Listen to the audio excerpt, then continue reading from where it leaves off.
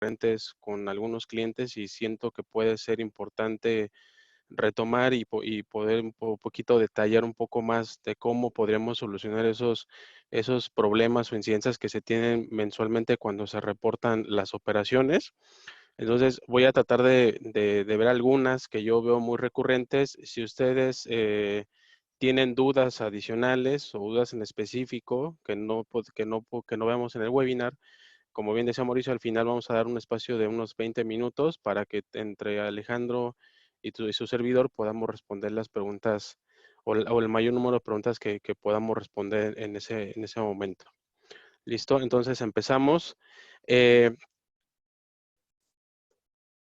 Como todos ya saben ustedes, digo nada más para darles un refresh muy rápido, Prevenid es un software creado para empresas con diversas actividades vulnerables, que actualmente en la ley antilavado son 16, de las cuales en Prevenid tenemos 6 actividades que más adelante se las voy a recalcar. Que nosotros estamos pues trabajando para que ustedes en temas de prevención estén 100% actualizados. Tratamos de asesorarlos eh, lo más cercano al buen camino de la ley antilavado y que sobre todo ustedes no tengan problemas y dificultades al reportar mensualmente sus operaciones. El sistema está configurado para solicitar información y documentación reglamentaria de cada cliente y resguardarla por 5 años como se lo solicita la autoridad. Nosotros podemos hacer ese resguardo para temas de auditoría. Si en algún momento se les aplica a alguno de ustedes, pues el sistema les puede ayudar a verificar y les ayuda también a comprobar toda la información que han trabajado con nosotros y se la puedan mostrar al auditor sin ningún problema. De hecho, el sistema está facultado para que ustedes puedan dar, como se lo mencioné en algún momento a muchos de ustedes, el sistema está facultado para que ustedes puedan agregar un usuario al consultor y él pueda estar revisando todo Prevened y él puede estar trabajando sin ningún problema. Y lo que hace el beneficio del sistema es muy fácil, es evitar multas y cumplir con la ley de forma fácil, rápida y segura. Muchos de ustedes ya lo han comprobado, es un sistema muy práctico, muy digerible, no es nada complicado, es un sistema muy sencillo, ya lo han comprobado ustedes, entonces el objetivo del sistema es que cumplan con la ley de forma fácil, segura y de una forma muy rápida, ¿no? Ese es el temario que vamos a ver el día de hoy. Como les comentaba, yo saqué algunos este, temas que yo pienso que son muy recurrentes que les pasan a ustedes. Entonces voy a detallar un poco más sobre estos temas en específico. El primero es fecha de presentación de avisos. Muchos tienen ahí un poco de confusión todavía, entonces voy a tratar de explicar un poco más a detalle cada uno de estos puntos. Tipo de operaciones también, sobre todo en la fecha de operación, fecha de contrato y la fecha de escrituración, que son también, ahí se me confunde mucho todavía algunos clientes. El tema de la copropiedad también siento que es un tema importante que podamos platicar en un momento más. El tema de los umbrales por actividad también es un tema que crea mucha controversia. El tema del efectivo también yo lo veo muy recurrente con clientes que todavía no están familiarizados con cuánto es el límite efectivo, cómo aplica, cuándo aplica. Y el tema del aviso modificatorio y el aviso rechazado, también aquí hay muchos clientes todavía no saben cuándo aplica un modificatorio y cuándo aplica un aviso rechazado o qué implica el que le rechacen un aviso y cuál sería el proceso a seguir para poder revisar y volver a mandar el mismo aviso, ¿no? Entonces voy a detallar cada uno de los puntos para que les quede un poquito más a detalle, ¿no? El primer punto, el primer escenario es la fecha límite de presentación de los avisos. Como ustedes bien saben, ustedes tienen fecha límite de presentar avisos cada 17 cada 17 de mes. Tienen ustedes como fecha límite para presentar los avisos del mes anterior. Por ejemplo, ahorita en el 17 de agosto vamos a reportar lo que se generó en julio y lo de agosto lo vamos a reportar en septiembre y así nos vamos a ir un mes desfasados. Eh, Aquí también hay un punto importante y muchos no sé si lo conozcan o lo desconozcan, pero aparte de que ustedes tienen de fecha límite hasta el 17 de cada mes, existe una prórroga que les proporciona la autoridad de un día en específico para que ustedes puedan hacer válida esa prórroga de acuerdo a la terminación del último dígito de su RFC. Entonces, por ejemplo, si yo tengo fecha límite de aviso el 17 de cada mes y, por ejemplo, mi RFC termina en 1 o en 2, me va a tocar el primer dígito, el primer día hábil siguiente. Por ejemplo, yo tendría, tendría hasta el 18 de cada mes para reportar mi aviso. Si mi RFC termina en 3 y 4, me toca el segundo día hábil. Entonces, yo tendría que reportar el 19 de ese mes. Si mi terminación termina en 3 y 4, me toca el tercer día hábil, que sería el 20 de ese mes. Pero aquí mucho ojo, no quiere decir que yo tenga del 17 al 20 tenga 3 días, no. Si yo tengo el 17 y, y me toca el tercer día hábil para reportar, yo tengo que reportarlo el día en específico en el cual yo tengo que reportar. O sea, yo tendría que reportar si mi tercer día biesel es el 20, yo tengo que reportar el mismo día 20. No puedo reportar ni el 17, ni el 19 ni el 18 porque no estoy cumpliendo con el día de prórroga que me concede la autoridad. Tengo que respetar el día hábil que me toca en específico para reportar esa actividad. Entonces, esto es muy importante que ustedes lo sepan para que también tengan conocimiento de que si no tengo ese reporte a tiempo el 17 cada mes, reviso mi RFC y de acuerdo a la terminación del último dígito, yo tengo una prórroga para que pueda reportar mis operaciones y esto no implica que me puedan hacer alguna que sea sancionable con alguna multa. Esto es una prórroga del SAT, pero es la única prórroga que da. Si después de esa prórroga que nos da el SAT no hacemos el aviso, entonces sí, cuando reportemos va a ser un aviso extemporáneo y puedo ser sancionado por la autoridad. Pero mientras yo cumpla con esa prórroga que me da el SAT, yo no tengo ningún problema y yo no soy candidato a una sanción por reportar con la prórroga que me está concediendo la autoridad, ¿no? Entonces, sí quería que conocieran este punto porque digo, es un tema que muchos desconocen o no sé si lo conozcan y no lo han aplicado, pero no tengan temor, es una prueba que le da la autoridad y pueden aplicarla en el mes que ustedes lo consideren necesario, ¿no? Luego, el escenario 2.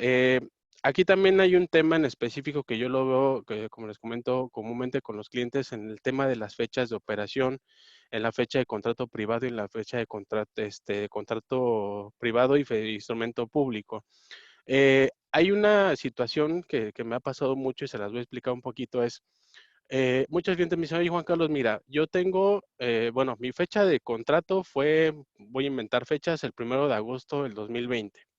Mi fecha de escrituración es el 15 de agosto del 2020, pero el cliente me terminó de pagar hasta el 30 de agosto. Entonces, aquí en las fechas se confunde mucho la gente. Luego me dice, oye, Juan Carlos, voy a poner en la misma fecha de contrato o de operación o de escrituración, voy a poner la fecha de operación. Aquí el tema es que no podemos mezclar fechas por el tema de los comprobantes de pago. Aquí lo que les digo a los clientes siempre es, en fecha de operación siempre se debe poner la última fecha del pago, ya sea de la renta o ya sea del último pago de la compra del inmueble. Si es una fecha de escrituración, o sea, yo voy a poner fecha de escrituración 15 de agosto del 2020. Si me terminó de pagar el 30 de agosto, en fecha de operación yo pongo 30 de agosto del 2020 y esas dos fechas se deben de respetar. ¿Por qué? Porque yo en fecha de operación debo de comprobarlo con la fecha del último pago. Entonces, no hay ningún problema que no coincidan las fechas, porque una cosa es fecha de escrituración, que esa se respeta tal cual está, y la fecha de operación siempre va a ser la última fecha del pago de la liquidación. Entonces, aquí yo veo que muchos clientes se confunden y luego me dicen, Juan Carlos, yo voy a poner en fecha de escrituración, voy a poner la misma fecha en operación, para que cuadren o para que sean idénticas, pero esto puede causar un problema porque si yo pongo la misma fecha de escrituración o operación, cuando el auditor haga su análisis y vea que la fecha del último pago de la liquidación no corresponde con la fecha de operación, podemos tener algún problema ahí con el tema de las fechas que no coinciden una con otra. Entonces sí es muy importante que se tome en cuenta esto porque puede ser un tema que pueda ser para ustedes no tan importante o tan relevante, pero para una auditoría puede que tengan algún problema y pueda ahí causar algún ruido con el auditor que le está haciendo el ejercicio. Entonces, nada más para recapitular este punto es, fecha de operación, siempre se pone la fecha del último pago de la liquidación del inmueble y en fecha de instrumento público, esa se pone la fecha en el momento que se hizo la escrituración del inmueble, ¿no? Entonces hay que tener un poco de foquito aquí para que no caigamos en alguna incongruencia en el tema de prevención del lavado de dinero. El escenario 3. En el escenario 3 también quisiera aunar un poquito aquí en el tema de la copropiedad y cuando aplica. También hay muchos clientes que es muy común que me digan, oye Juan Carlos, pues yo normalmente nosotros designamos a un representante común. Eh, esta parte ya no es válida, o sea, lo que le comento a los clientes es, si por ejemplo si el dueño del inmueble o el que me está comprando el inmueble son más de una persona, lo tenemos que agregar en la operación. Si esta persona también interviene, también la tenemos que agregar. En prevenir lo que tenemos que hacer es lo siguiente. Yo voy a agregar a los 2 clientes o a los 3 clientes por individual. Yo los voy a agregar como si fueran clientes diferentes. Al momento de generar yo la operación, tanto de arrendamiento como de compraventa, yo voy a agregar a cada uno de los clientes que están involucrados en esa operación. Porque al final del día la operación me decía, oye, ¿sabes qué? Juan Carlos y Sofía compraron un departamento, pero los dos son dueños, entonces ahí sí existe la copropiedad. Por ejemplo, si yo rento un edificio, pero el edificio tiene 5 dueños, yo tengo que registrar los 5, pero aquí también es algo muy importante. Cada dueño del edificio tiene que reportar su parte proporcional del inmueble. ¿A qué me refiero? Por ejemplo, si yo estoy rentando un inmueble y el edificio es, no sé, es dueño, son 3 personas dueñas del edificio, yo voy a reportar toda la operación en conjunto, o sea, toda la operación global, la voy a reportar, pero cada persona la va a reportar por su lado. Por ejemplo, Juanito va a reportar 100,000 pesos que le correspondió de su parte, Pedrito 100,000 pesos y María 100,000 pesos. Pero ellos van a reportar cada quien su parte proporcional, pero en conjunto el edificio mensualmente la renta del edificio es de 300,000 pesos. Entonces, aunque reporte por separado, pero es el mismo inmueble, tengo que reportar todo en conjunto. Entonces, lo importante aquí es saber en qué momento está la copropiedad, cómo lo tengo que aplicar en el sistema de Prevened y cómo lo tengo que reportar, porque como les comento, muchas veces el cliente piensa que designando a alguien en específico, él puede reportar por todos, pero caeríamos en un tema que no es válido. Entonces, tendríamos que reportar las rentas por individual, aunque sea el mismo inmueble, y si es una copropiedad o una venta de un inmueble, te tengo que agregar a las 2 personas o a las 3 personas en la misma operación de que me están comprando la misma propiedad. Entonces, esto también es un tema que pasa mucho con los clientes y sí me pareció importante pues mencionarlo un poquito más a detalle. El escenario 4, manejo de umbrales por actividades vulnerables. Aquí también hay muchos clientes que también no conocen los límites o cuál es el umbral de aviso por cada operación. Y esto ahorita voy a tocar un tema, sobre todo en arrendamiento de inmuebles, ¿no? En arrendamiento de inmuebles, si ustedes han leído la ley, te menciona que si no rebasa, si tu renta mensual no rebasa el umbral de identificación, que son los 139,000 pesos, 139,442.40. Si tu renta mensual no rebasa esa cantidad, no se considera una actividad vulnerable. Si tu operación mensual rebasa los 139,442.40, se considera ya una actividad, se considera actividad vulnerable y se considera como un acumulado. Este acumulado, ¿qué quiere decir? Que no rebasa el umbral de aviso, pero sí rebasa el umbral de identificación. Entonces, el sistema en automático me lo va a poner acumulado para que el siguiente mes, como me va a pagar la misma cantidad, ya rebasa el umbral que es de 278,884.80. Entonces, aquí la importancia es esa. Muchos clientes, y tienen la razón, y lo hemos platicado con algunos de ustedes, Es que, mi estimado Juan Carlos, la misma ley te dice que tienes 6 meses para reportar, o sea, te puedes acumular durante 6 meses para llegar a un reporte semestral, si se puede llamar así. Es válido también, y lo hemos consultado también con Alejandro, que es nuestro abogado en especialista en prevención del lavado de dinero. Lo hemos analizado y efectivamente también puede ser viable esa opción, pero como bien menciona Alejandro en su momento en una plática que tuvimos es, yo lo puedo reportar, puede ser en 6 meses, pero la ley puede interpretar que sea un aviso extemporáneo por el lapso de tiempo que pasó de 6 meses. Entonces, podemos ejecutar esa opción, sí está bien, pero puede que se interprete de alguna otra forma, la autoridad lo puede interpretar de otra forma. Entonces, lo que nosotros Prevener recomendamos es que nos guiemos por los umbrales, sobre todo en la identificación, que es en el tema de arrendamiento y compraventa de vehículos, y que nos guiemos con los umbrales para saber cuándo tenemos que reportar o cuándo se considera ya el acumulado y en qué momento lo debemos aplicar. Entonces es muy importante que podamos ejecutar. Nosotros recomendamos que sea por a través de los umbrales, que nos guiemos con los umbrales para saber en qué momento aplica el umbral de identificación en caso de arrendamiento de vehículos y en qué momento ya implica el umbral de aviso. Ese es en el tema de arrendamiento. En tema de compraventa no hay umbrales de identificación. O sea, aquí te va a acumular todo. Por ejemplo, si tú vendes una casa en 500,000 pesos o 600,000 pesos, el sistema te lo va a acumular porque no hay umbral de identificación, pero te lo acumula por si más adelante existe otra compra del mismo cliente para que pueda sumar las dos operaciones. El umbral de aviso en compraventa de inmuebles 2020 es de 697,212 pesos. Aquí también hay una parte importante. Muchos clientes también, señor Juan Carlos, y me ha pasado, pues me dicen, yo tengo un departamento de 1,000,000 de pesos. Ajá. Entonces, cuando yo rebase los 700,000, voy a reportar la operación. Eso no es válido.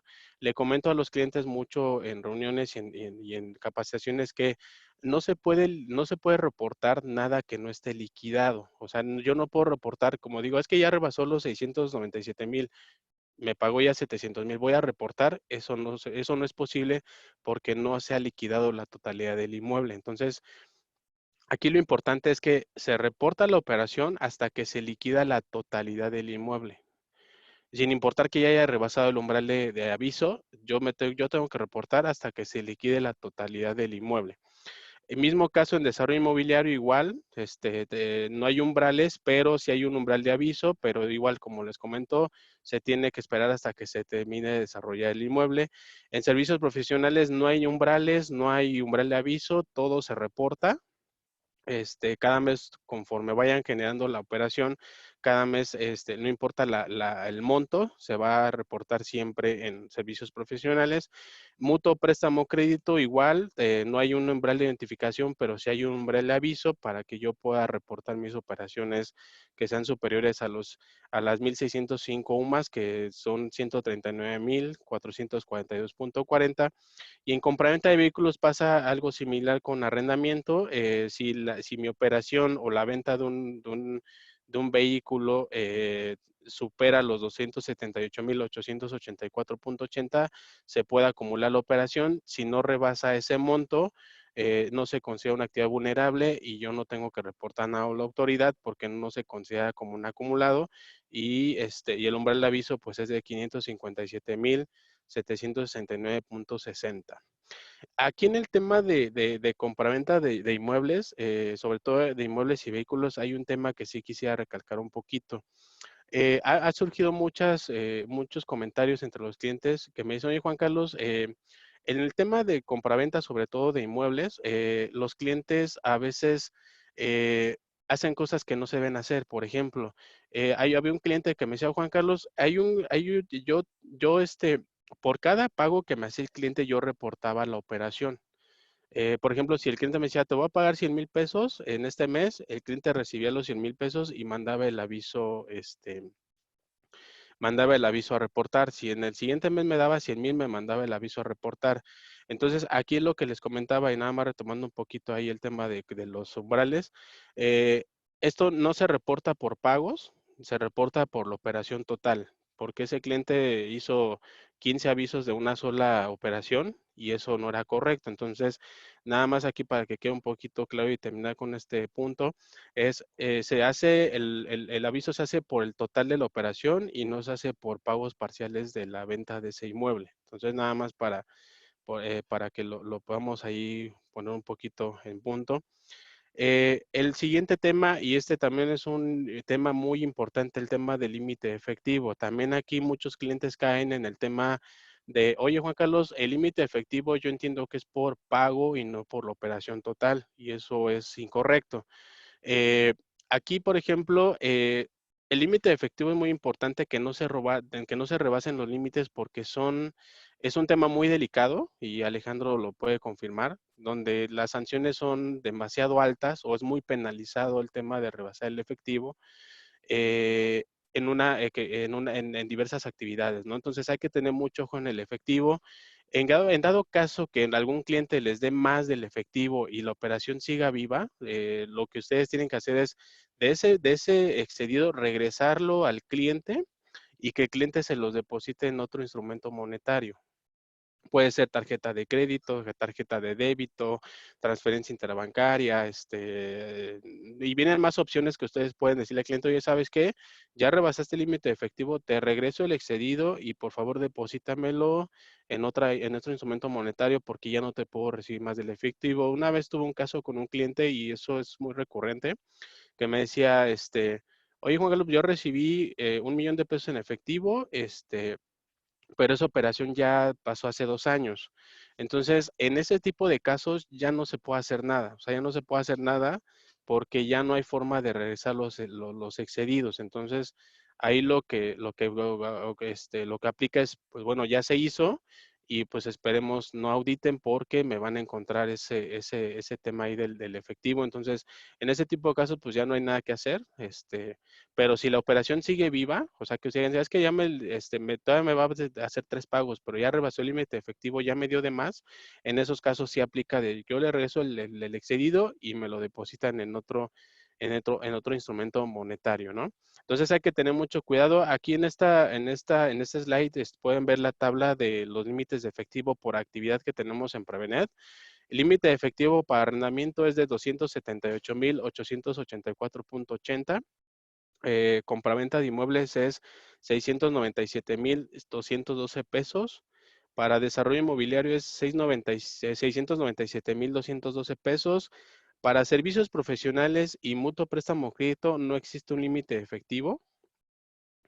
Y compraventa de vehículos, el límite efectivo es de 278,884,80. Entonces, aquí la recomendación es tener mucho cuidado con el límite efectivo, saber cuál es el límite efectivo de mi actividad. Si yo veo que me depositan más, regresar el excedido y que me lo depositen con otro instrumento monetario. Y así yo me evito problemas que si en algún momento la autoridad me ve algún déficit en algún pago de, oye, ¿sabes qué? Tu límite era de 697,212 pesos y tiene 700,000 de efectivo, entonces puede que tenga ahí aunque sean pesos o que se digan, es que pues igual son 3,000, 4,000 pesos, rebasaste el límite efectivo y puedes ser sancionado. Entonces, lo que les recomiendo es que no se excedan el límite efectivo. De hecho, por ejemplo, si el límite efectivo es de 697,212, si yo puedo ponerle un poco más bajo el límite de 680,000, por ejemplo, eso sería mucho mejor para tener un margen ahí considerable para que yo mismo me ponga un límite y no sobrepase ese límite de efectivo. Y también el límite de efectivo, les comentaba, es por la operación global y no por pagos, porque un cliente también tuvo ese problema de que, oye, es que yo sabía que el límite de efectivo era por pago y no por la operación total. Entonces, ahí hubo un problema. Entonces, si por ejemplo, si ustedes tienen un departamento que costó 1 millón de pesos, de ese 1 millón de pesos ustedes pueden recibir solamente 697,212 y lo demás se lo tienen que depositar con otro instrumento monetario diferente. Entonces, sí quisiera, y sí quise que conocieran un poquito más de esto porque muchos desconocen cuál es mi límite, cuál es el límite efectivo de acuerdo a la actividad que yo tengo actualmente, este, dentro de la empresa. Y aquí también es un tema igual muy recurrente, es un tema que también yo quise platicarlo con ustedes. Eh, ¿Cuándo aplico un aviso modificatorio y qué procede si me rechazan un aviso? Esto también creo que es de los más recurrentes y muy generales que me pasa con los clientes. Primero, el aviso modificatorio, ¿cuándo aplica? El aviso modificatorio aplica cuando yo mando reportar mi operación mensual, yo mando mi operación normal con el proceso normal, eh, y el SAT y el SAT me acepta el aviso, me manda el acuse de aceptación y todo, yo lo regreso a Prevenet, lo guardo, pero ¿qué crees? Me di cuenta que de ese aviso que yo mandé hay algo que está mal. Puede ser alguna liquidación, algún instrumento monetario, alguna fecha, alguna forma de pago, o que se me fue información que está mal. Entonces, en esos casos sí aplica el modificatorio o el aviso modificatorio porque el SAT sí me aceptó el aviso y el SAT tiene registrado que yo mandé ese aviso y me lo aceptó. Entonces, ahí sí aplica el modificatorio. En el modificatorio lo que tengo que hacer es eh, corregir lo que está mal, corregir los datos que están mal y mandar mi aviso modificatorio. Pero aquí para hacer este proceso es muy importante tener una fecha. Para mandar un modificatorio es a partir del acuse tienes 30 días para yo mandar el modificatorio. Si yo rebaso los 30 días, puedo mandar mi modificatorio, pero ya se considera como un aviso modificatorio, bueno, un aviso extemporáneo, ya lo mandé fuera de tiempo. Entonces es muy importante que se mande el aviso en tiempo y forma para que la autoridad me lo pueda revisar y pueda hacer el cambio y me regrese otra. Ahora sí, el acuse ya definitivo, este, para que ya lo pueda yo tener guardado. Y como les comentaba ya Alejandro en una reunión que tuvimos, solamente se puede hacer una vez, no lo puedo modificar de, oye, me equivoqué aquí, ya lo aceptó otra vez el SAT, pero ¿qué crees? Me di cuenta que estaba mal otro dato, voy a mandar el modificatorio. Eso no se puede, solamente tienes derecho a un modificatorio por aviso. Entonces es muy importante que todo lo que esté mal y revisar, sobre todo antes de mandar el aviso, revisar que toda la información esté correcta, que toda la información venga con los datos que ya son reales, porque solamente tengo derecho a un modificatorio y si me equivoco, pues ya puede ser que ya no sea candidato a una segunda revisión y ya se quede el aviso como tal, entonces puedo tener problemas si no revisé bien la información que va en ese aviso. Y en el tema del aviso rechazado, muchos clientes también me dicen, oye Juan Carlos, me rechazaron mi aviso, voy a mandar un modificatorio. Entonces, lo que le comento a los clientes es, en avisos rechazados no hay modificatorios. Si el SAT me rechaza un aviso, el SAT no se queda con el registro. O sea, el SAT no registra los rechazados, solamente registra los aceptados.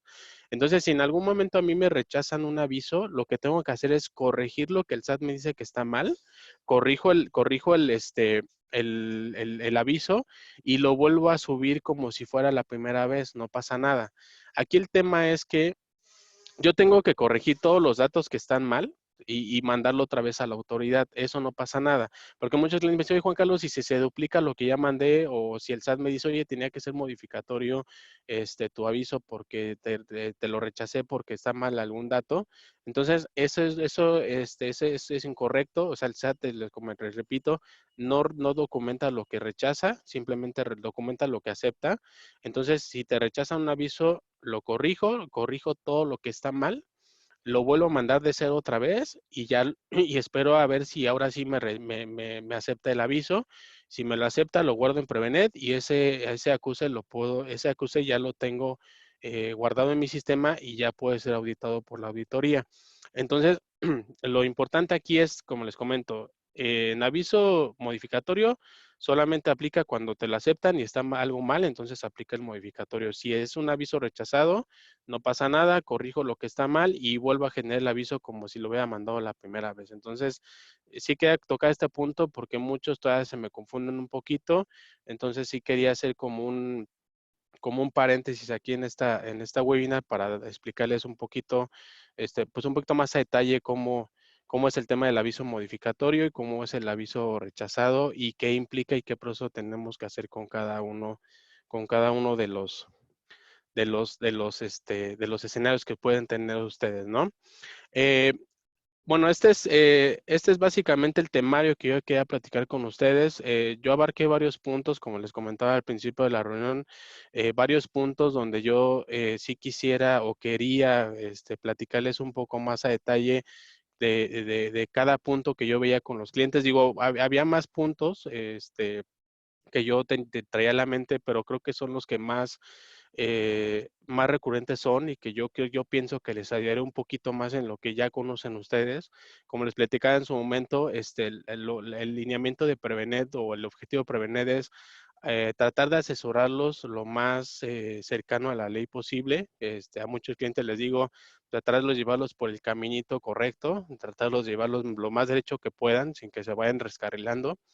Y el objetivo de Prevened es eso, que ustedes, su trabajo sea mucho más sencillo, que su trabajo sea mucho más fácil. Como les comentaba, muchos ya lo han de ver verificado, de que es un sistema que les va a ayudar mucho en el tema de prevención de lavado de dinero y sobre todo para esos temas de auditoría, pues puedan presentar toda la información a tiempo y que la información venga correcta. Entonces, el objetivo de nosotros es tratar de asesorarlos, tratar de que ustedes estén actualizados en temas de prevención, que el sistema esté actualizado, sobre todo que esté bajo las normas del SAT y que el sistema tenga lo que el SAT les pide que tengan para que ustedes puedan tener un trabajo o un reporte bastante lineal. Y el sistema lo que ofrece eso es ayudarlos a tener ahí un tema de que tengan los reportes a tiempo y que sobre todo conozcan todos los temas de prevención, que muchos lo conocen y muchos pues desconocen algunos temas de la ley antilavado. Pero básicamente ese es los que les quería mostrar, lo que les quería platicar. Y bueno, nosotros lanzamos una promoción, sobre todo específicamente para ustedes, que es la siguiente. Si ustedes nos refieren con alguna empresa que estén interesados y contraten Prevenet, la promoción es que nosotros les podemos condonar una mensualidad si nos refieren a un cliente que contrate el sistema de Prevenet. Entonces, aquí esta promoción va a aplicar, no sé si todo el mes de agosto o se puede extender un poco más, pero esa es la promoción que nosotros les lanzamos a ustedes como un plus. Y también que les convenga el referirnos a clientes y que si contratan, puede ser, les podemos condonar una mensualidad en su suscripción y es una ganancia o es una promoción que puede ser pues bastante interesante para todos ustedes, ¿no? Eh, Muy bien. Estos son los teléfonos de contacto. Ya muchos ya conocen mi número. De hecho, este, tienen algunos el móvil de la empresa, pero bueno, estos son los datos de contacto donde pueden estar en contacto conmigo, que puede ser info@prevenet.com.mx y el teléfono de la oficina también lo tienen ahí visible. Sigue el apoyo, como siempre se los he brindado, siempre sigue activo. Cualquier duda que tengan, eh, dudas en específico, algún tema del sistema de Prevenet, saben que me pueden, se me pueden llamar, yo los apoyo, pero en específico el webinar era con la intención de esos temas que son recurrentes, tratarlo de explicar un poco más a detalle y que ustedes también tengan un poquito más claro cómo funciona cada punto de los que les acabo de mencionar hace unos minutos.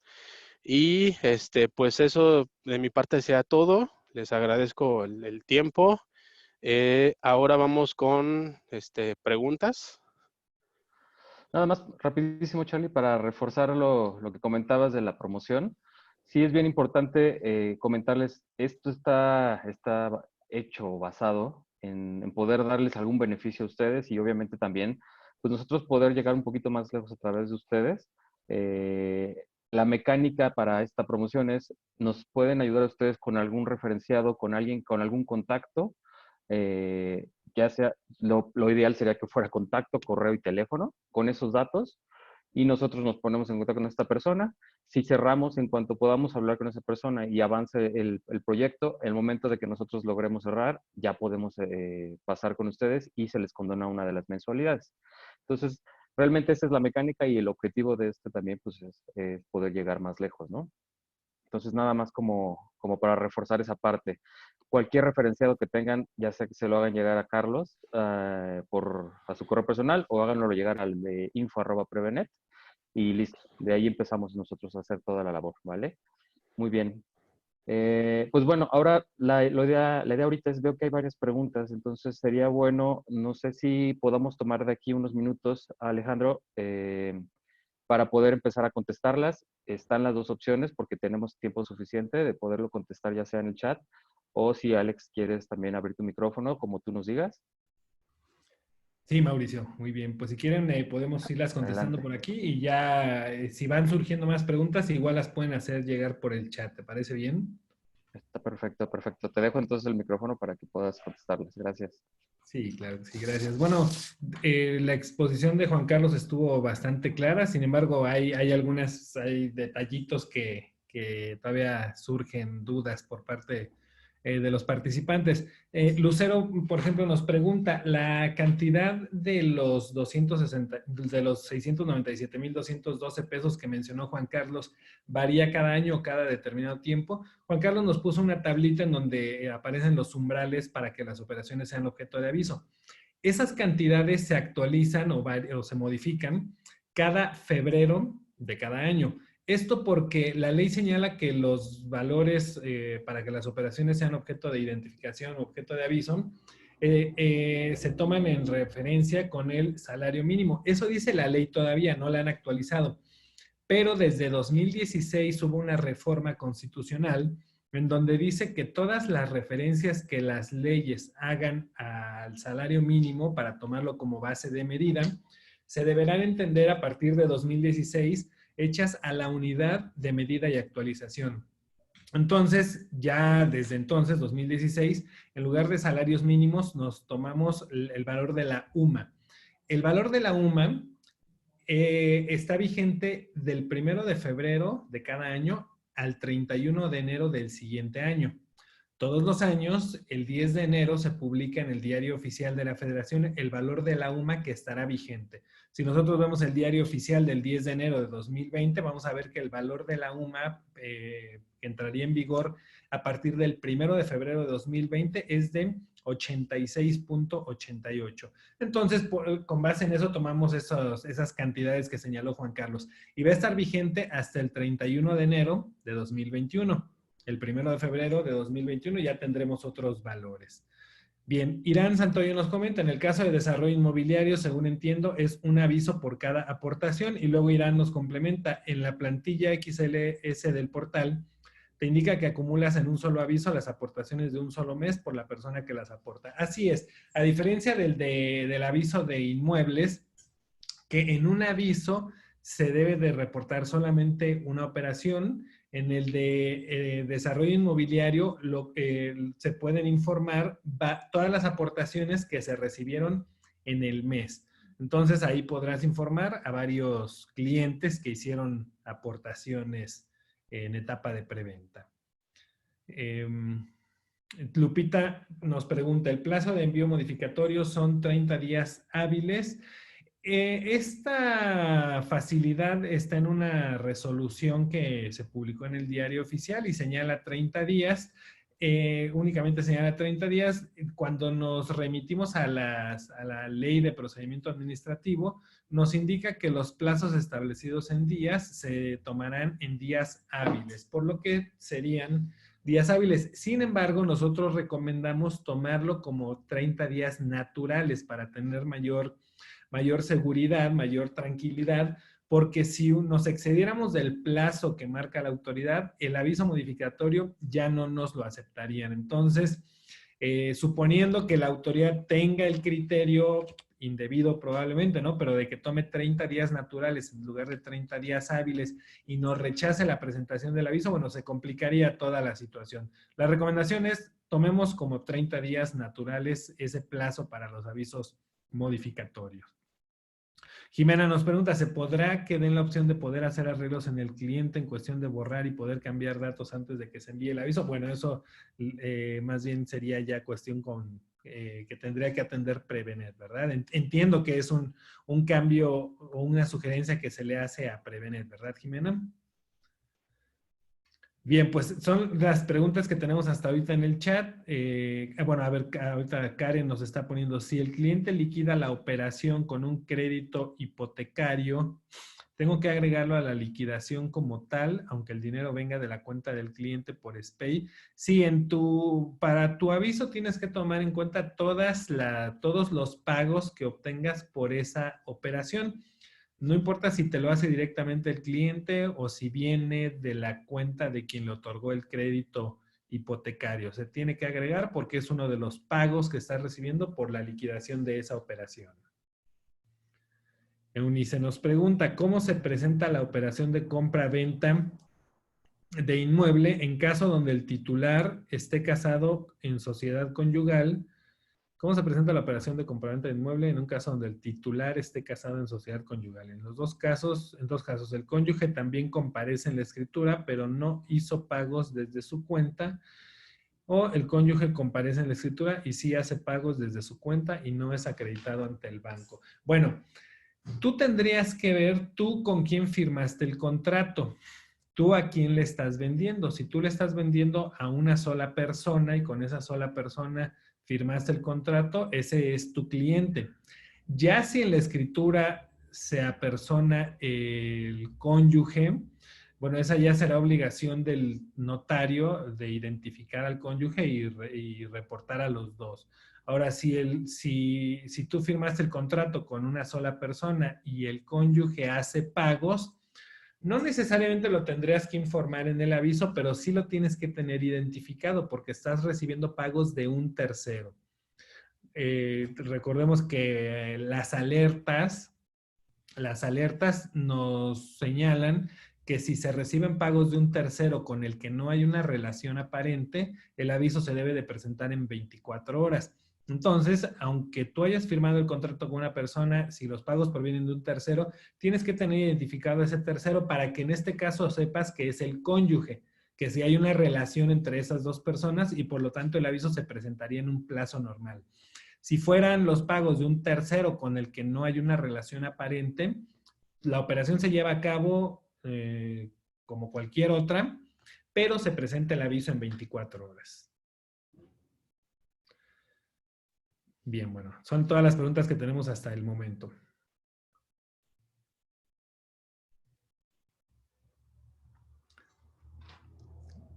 Sí, Eunice, así es para ti. Tu documento base es el contrato que tú firmas con los clientes. Ya la escritura será para el notario, pero para ti es el contrato. Sí, a menos que no hubiera contrato y pues todo se hiciera con base en la escritura, pero además que en la escritura, que para la fecha de la escritura ya, en esa misma fecha de la escritura se liquidara la operación. Pero bueno, normalmente siempre hay contrato con los clientes, ¿verdad? Entonces tendría que ser el documento en el que nos apoyamos, el contrato.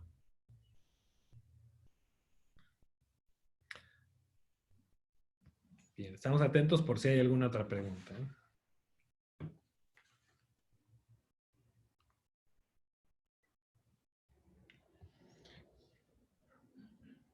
Nada más tanto para complementar ahí lo que comentaba Alejandro, en el tema de las fechas de contrato y todo, hay que también tener claro que la autoridad también dice que nosotros debemos de reportar la operación cuando se liquide la totalidad del inmueble, más no cuando se escriture. Entonces, si si nos liquidan la totalidad del inmueble y no se ha escriturado la propiedad, nosotros no estamos obligados a esperarnos a la escrituración. Nosotros podemos reportar la operación con la fecha de contrato y ya liquidada la operación. Entonces, así lo marca la ley y hay muchos, como dice Alejandro, hay muchos clientes que ya venden la propiedad ya con la escrituración. Entonces, cuando haces el último pago, ya la escrituración está lista y puede coincidir que es el mismo día. Ahí se aplica con los que les comentaba hace un momento. Yo puedo poner tanto en instrumento público como en fecha de operación, puedo poner la misma fecha si coinciden las fechas de pago y la escrituración. Pero también es importante mencionar que no se los comenté esa parte de si no hay escritura y me liquida la propiedad, yo tengo la obligación por ley de reportarla con el contrato y ya liquidada la operación y no esperarme hasta que el cliente escriture, porque puede pasar que igual el cliente es un cliente responsable y escritura, no sé, al siguiente mes, o hay clientes que compran su propiedad y hasta la fecha no han escritura, entonces yo no me puedo esperar 6 meses o un año para reportar mi operación, porque yo como actividad puedo caer en un tema de que no reporta a tiempo mi operación, ¿no? Entonces, evitemos ese tipo de situaciones y hagamos este proceso como lo comenta Alejandro, en el momento que se liquida, si no hay escritura, reporto con el contrato. Es correcto. Aquí ya nos están llegando más preguntas. R. Rivera nos dice, para el caso de arrendamiento, si hay un cliente que tiene 2 contratos de arrendamiento por diferentes inmuebles, uno supera el umbral y el otro no. ¿Se debe reportar la suma de los 2 para ese mismo cliente o solo se reporta la renta que sí supere el umbral? Solamente tomarías la que sí supere el umbral. La otra, al tratarse de un inmueble completamente diferente y que no rebase el umbral de las 1,605 UMAS, no es considerado actividad vulnerable y no tendría que acumularse. Hay que tener cuidado si le vamos a rentar en un mismo inmueble al mismo cliente 2 locales, porque ahí sí convendría acumularlas para que la autoridad no diga que a propósito separamos las rentas para no rebasar los umbrales. Pero si estamos hablando de 2 inmuebles en ubicaciones distintas, cada uno tiene su contrato, a cada uno se le emite su factura, cada uno se paga por separado, no acumulamos la que no rebasa los umbrales. Karen, para abundar en el caso anterior del cónyuge que hace la compraventa, ¿verdad? Bueno, del matrimonio. ¿Habría problema para realizar la factura, ya que entiendo que debe facturarse a ambos por partes iguales? Bueno, la factura la harías a ambos si es que los dos están adquiriendo el inmueble. Pero ahí más bien tendremos que revisar las reglas del llenado de los CFDIs, porque no sé si en un mismo CFDI puedes poner 2 RFCs de 2 personas que están adquiriendo en copropiedad. Habría que revisar esa parte. ¿Qué pasa si el depósito, nos pregunta Ángeles, qué pasa si el depósito lo hace un tercero y no se reporta en 24 horas? Bueno, el aviso en 24 horas se debe enviar una vez que ya la operación objeto de aviso ya fue concluida, ya fue totalmente liquidada. Y al haber sido totalmente liquidada, como nos lo dijo Juan Carlos, ¿no? En ese momento ya es una operación objeto de aviso y el aviso se debe de enviar el mes siguiente a más tardar el día 17. En estos casos de avisos de 24 horas es una vez que la operación ya fue liquidada, que ya fue concluida, en lugar de esperarnos al mes siguiente y tener 17 días para enviarlo, de inmediato, o sea, en las 24 horas siguientes a la que la operación fue concluida, se debe de enviar el aviso. ¿Qué pasa si no lo hacemos y nos esperamos al mes siguiente? Bueno, actualmente todavía no pasa nada, no hay sanción, porque la ley únicamente habla de los avisos normales. Estos avisos de 24 horas están en las reglas de carácter general y en una aplicación estricta no tendría que haber una sanción. No hemos tenido conocimiento al día de hoy de que haya una sanción por no presentar un aviso de 24 horas en 24 horas, sino en el plazo normal. Pero hay una reforma que se está preparando para la ley que, bueno, cuando entre en vigor, estos avisos de 24 horas ya van a estar en la ley. Y en ese momento, si nosotros no presentamos el aviso en 24 horas y nos esperamos al mes siguiente, sí vamos a poder tener una sanción. Lo que nosotros hemos recomendado desde hace mucho tiempo es hay que empezar a cumplir con estos avisos de 24 horas para empezar a tener práctica en ellos. Y que ya cuando entre en vigor la reforma, cuando ya sea una obligación de ley, pues ya sea una práctica, un procedimiento que ya tenemos desarrollado, ¿no? Entonces es recomendable empezar a tener la práctica de estos avisos. Jonás nos pregunta, en la compraventa de inmuebles, cuando son varios pagos, ¿tengo que desglosar todos los depósitos? Sí, sí hay que poner todos los pagos, todos los depósitos que se reciben. MK40 nos dice, Prevenet también cuenta con el formato para presentar el aviso de desarrollo inmobiliario. Sí, sí lo tiene, ¿verdad, Juan Carlos? Sí, por supuesto que sí. Sí. Y nada más, tomando la pregunta anterior de los pagos, efectivamente se desglosa que pones fecha de operación, bueno, más bien la fecha de liquidación, la fecha del pago, forma de pago, instrumento monetario, el monto y la moneda. Y también en Prevenet tenemos la opción, creo a Jonás me decías, ¿verdad, Alejandro? Sí. También puedes subir el comprobante de ese pago para que tengas como un respaldo del comprobante de pago de esa liquidación. Sí, esa es una función muy buena de Prevenet porque esos documentos, las transferencias, los comprobantes de pago, las fichas de depósito, son documentos que son soporte de la operación. Yo los debo de conservar en mi expediente. Gracias a, bueno, Prevenet tiene la función de que lo escaneo y lo subo y ahí queda el documento para que, bueno, siempre esté en el archivo de esa operación. Roberto nos pregunta, ¿el aviso se puede hacer después de escriturar? Depende de cuándo te liquidaron la operación. Si te la liquidan en el momento de la escritura, bueno, ahí nace la obligación para presentar el aviso y lo podrás hacer en los 17 de primeros días del mes siguiente. Si ya se hizo la escritura y todavía no te terminan de liquidar, tendrás que esperar hasta que te terminen de liquidar, porque hay algunos casos en los que se puede. Ya es escriturado, pero todavía no te terminan de liquidar hasta que recibas la liquidación total del inmueble. MK40 nos pregunta, bueno, más bien nos comenta, no se te permite incluir los dos RFC en el CFDI. Para la pregunta que nos hacía, me parece que Eunice. Bien. Lucero nos pregunta, si una persona compra como persona física, pero realiza uno o varios pagos con una persona moral, ¿cómo se registra la operación en el desglose de pagos? Bueno, en los pagos tienes que poner únicamente los datos, como ahorita lo señaló Juan Carlos, fecha de cada pago, instrumento monetario, forma de pago y cantidad.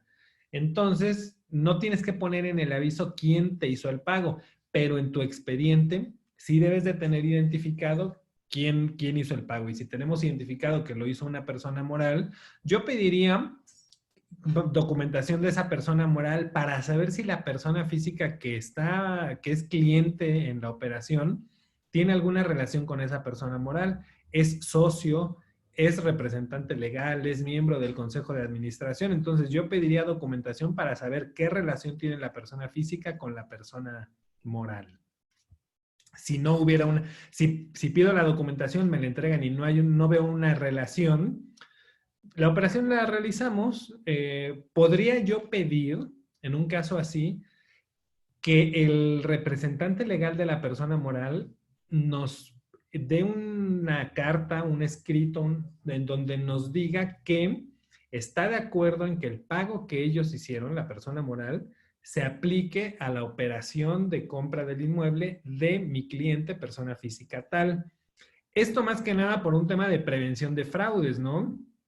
Ha habido casos en donde ocurre una operación así y después viene el reclamo de la persona moral en donde nos dice, oye, yo te hice un pago y no he recibido nada a cambio. Entonces, para evitar eso, yo solicitaría una carta en donde nos diga que aceptan que el pago se acredite a la operación de tal persona. Y independientemente de eso, enviaría el aviso en 24 horas, porque una cosa es que me diga que está de acuerdo en que el pago se aplique, pero yo no veo que haya una relación entre la persona moral de la que mi cliente no es ni socio, ni representante legal, ni nada. Entonces, aún así, presentaría el aviso en 24 horas. Heidi pregunta, en caso de poner la misma fecha en ambos campos, fecha de operación, fecha del instrumento público, ¿existe problema? La mayoría de las operaciones se hace con créditos bancarios o institucionales, por lo que la escritura solo gira la instrucción de pago, pero cae el pago mucho después de la firma de escritura, muchas veces posteriores al 17 del mes siguiente. Ejemplo, se firma en julio, pero cae pago de crédito 19 de agosto. Yo lo haría, bueno, lo correcto es hacerlo cuando tú recibes el pago, porque si tú pones la fecha de la operación igual que la fecha de la escritura y presentas tu aviso con base en esas fechas, tú vas a poner un pago en el aviso del que no tienes un comprobante, porque el dinero no ha entrado en tu cuenta. Entonces, tendríamos que esperar hasta que el dinero entre en tu cuenta, porque además no sabes qué día va a caer el pago, ¿verdad? Puede caer el 19 de agosto, pero puede caer también el 25 o puede caer el 10 de agosto. Entonces, No lo sabemos, hay que esperar hasta que tengamos el pago. Karen nos pregunta, ¿los fideicomisos tienen la obligación de reportar? Yo recomendaría, o yo sugiero que sí. Yo sugiero que sí, porque hay como una especie de laguna en la ley, en donde la ley te dice que solamente, que son actividades vulnerables y te señala tales, ¿verdad? Ahora, ya al momento de darte de alta en el portal de prevención de lavado de dinero, el portal te da dos opciones, si eres persona física o si eres persona moral. Y hay quienes dicen que por ahí los fideicomisos no están obligados. Sin embargo, nosotros decimos, bueno, al final el fideicomiso, si bien no pudiera ser una figura distinta a una persona moral, lo cierto es que está realizando una actividad vulnerable.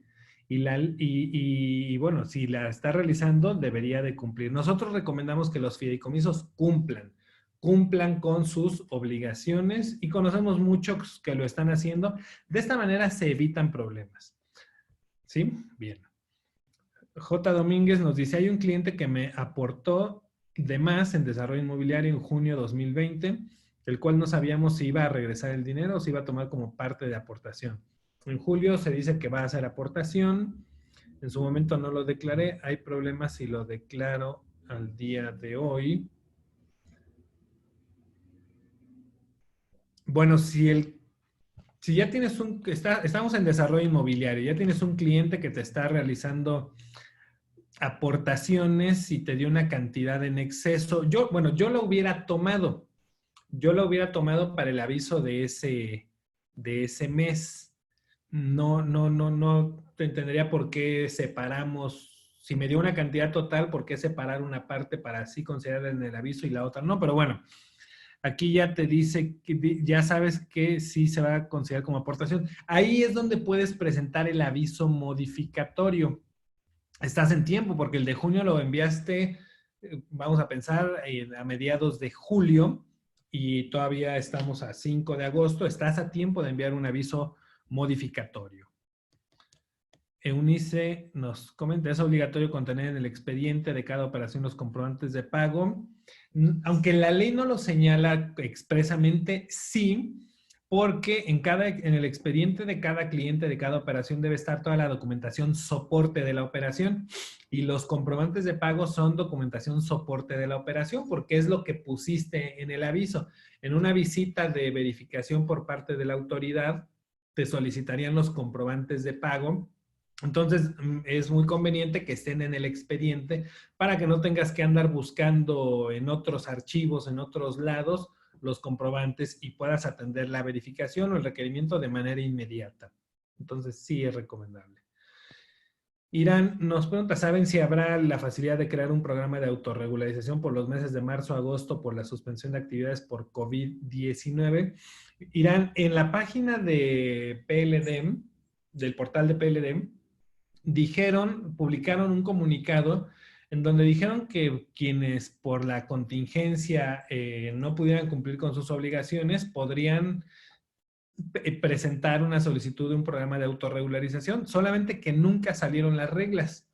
Nunca salieron las reglas para este programa de autorregularización, por lo que, bueno, quedó ahí nada más en un dicho de la autoridad.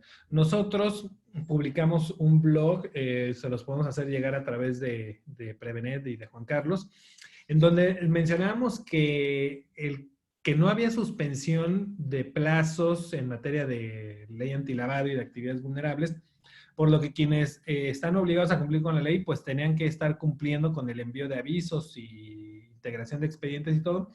Sobre todo que los avisos se envían por el portal de internet, es decir, no es necesario salir, ir a una oficina, entonces no había ningún impedimento para que se presentaran los avisos. Ahora, si tienes algún incumplimiento, hay que regularizarlo. Si gustas, podemos analizar tu caso particular para ver cuál es la forma en la que lo puedes hacer.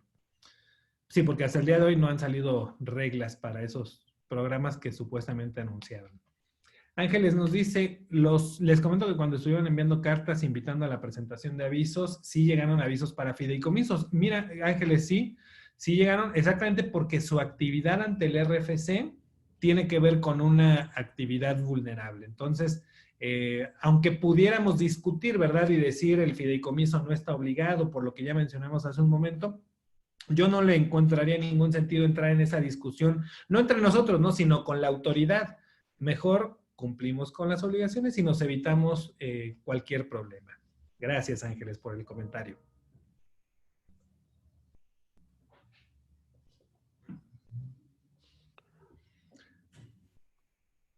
Karen nos comenta, tengo varias empresas que son sujetos obligados y a la fecha no se presentó ningún aviso. Pretendo presentar todas las operaciones como un aviso masivo, lo anterior para evitar las sanciones. Además de que te regularices, Karen, además de que presentes todos los avisos que se encuentran omitidos, hay que realizar una gestión ante la autoridad para que tengas el beneficio, puedas tener el beneficio que da la ley de que cuando se trate de la primera vez, no te sancionen. Te explico un poquito más. Si tú ahorita te regularizas, todos los avisos van a ser extemporáneos. Si un día llega una verificación al sujeto obligado, si bien ya están presentados, ya no te pueden imponer la multa por omisión de avisos, que es de más de 800,000 pesos por cada aviso que estaba omitido. Cuando tú los presentas, te regularizas, ya no están omisos, pero están extemporáneos. Y hay multas por avisos extemporáneos, y entonces sería una multa por extemporaneidad de cada aviso. Eso se puede evitar si se hace esta gestión ante la autoridad que la ley señala, en donde, bueno, ahí se informa a la autoridad que ya hubo una regularización, etcétera. Y en caso de que haya una verificación, como hiciste ese procedimiento, ya no aplican las sanciones. Desde luego, si después hubiera otra verificación, bueno, ya en una segunda verificación sí podría haber, pero eso es lo que se recomienda para reducir al máximo o al mínimo el riesgo de sanciones. Karen, bueno, es un escrito que ese nosotros lo elaboramos. Si gustas, puedes contactarnos y hablamos de ese servicio que te ofrecemos, ¿no? Se presenta ante la autoridad y se le solicita, bueno, se hace un planteamiento, una argumentación, y con todo eso se solicita que te apliquen ese beneficio. Nada más para, de la pregunta anterior que hicieron Alejandro, del tema de los comprobantes, ¿dónde los puede guardar? En Prevened, en operación, hay un apartado específico para comprobantes. Entonces ahí pueden guardar ese comprobante para que no lo guarden en el expediente y lo tengan guardado en ese apartado que se creó específicamente para los comprobantes de pago. De hecho, viene después de la liquidación, puedes agregar el comprobante de pago de esa liquidación que acabaste de agregar en el mes que te la pagaron. Sí. Juan Carlos, no recuerdo, perdóname, si mencionaste lo de la verificación en las listas. Ah, no, es que ese era un tema que quería comentarles también.